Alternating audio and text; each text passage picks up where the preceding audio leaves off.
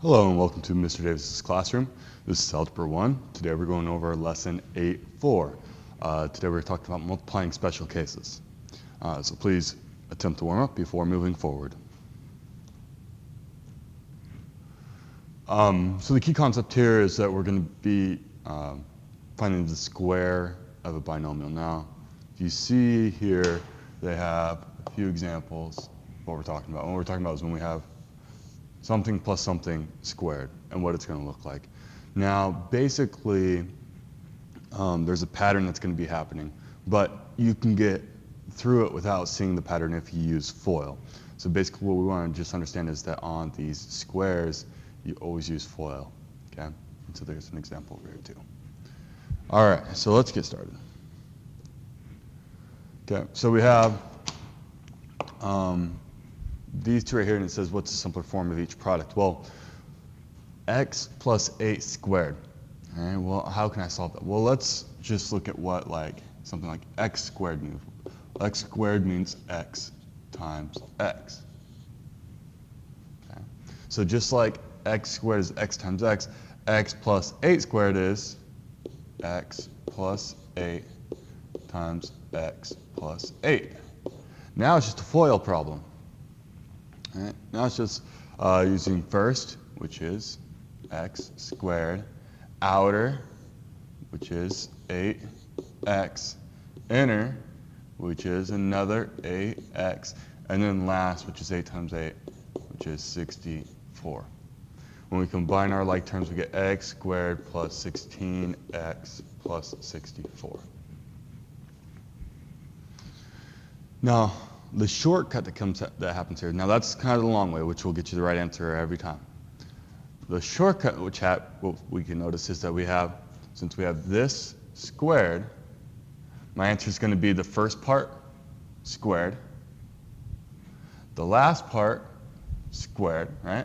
X squared is, x squared is x squared, 8 squared is 64, and then that middle term comes from 8x, and then there's 2 8s, right?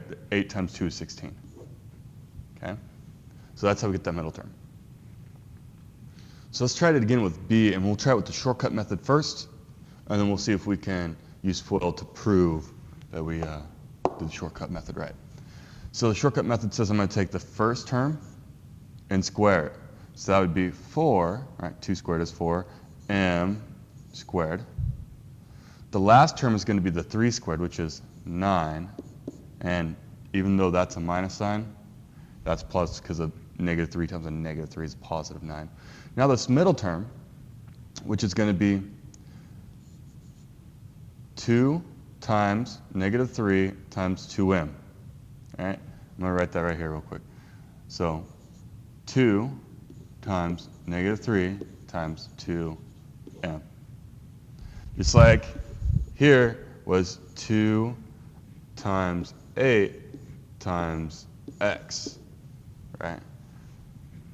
Here we have 2 times negative 3 times 2m, which is going to be a negative 12m.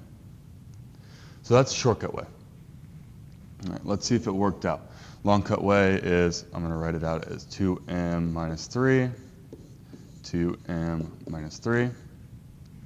Then first terms, 2m times 2m is 4m squared. Next one is 2m times a negative 3, which is negative 6m. Negative 3 times 2m is negative 6m.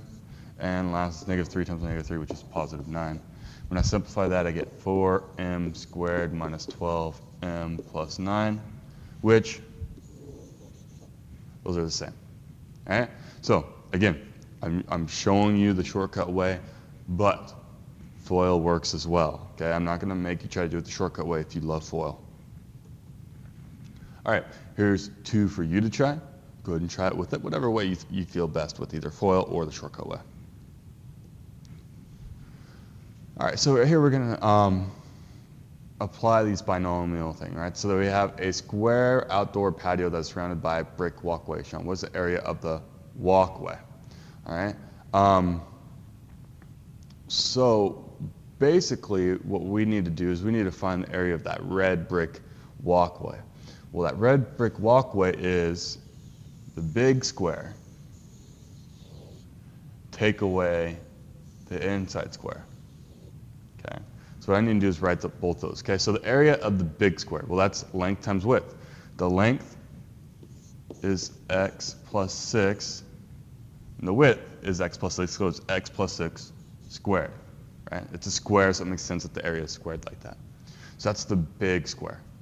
We need to take away the inside square, so we need to take away the inside square. Well, that's x by x, or take away x squared. Okay? Now, it's time to simplify what we have, right? So we have, to solve that square piece first so we can figure out what we have. I'm going to do it with a shortcut way. If you prefer the FOIL method, go ahead and do it that way. But first term squared, last term squared, and that's a plus. Inside is going to be 2 times the first term times the second term. So 2 times 6 is 12, and the first term is x. So I get x squared plus 12x plus 36 minus x squared. Now I have like terms. In fact, they cancel out, right? If I have x squared minus x squared, they cancel out, leaving me with 12x plus 36. That is the area of the walkway. All right?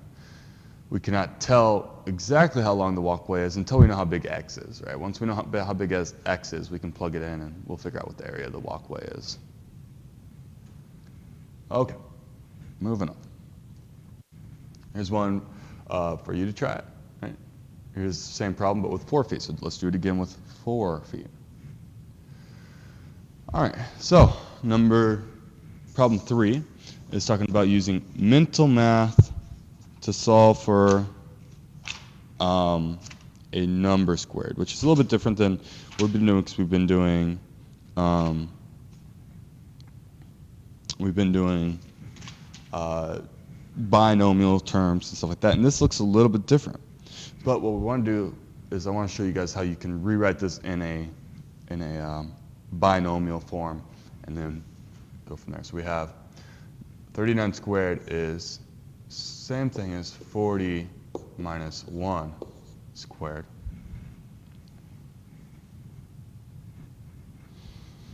Then we know the shortcut way to do this one. Well, it's first term squared. Right? First term squared is 1600. Last term squared, which is a plus 1.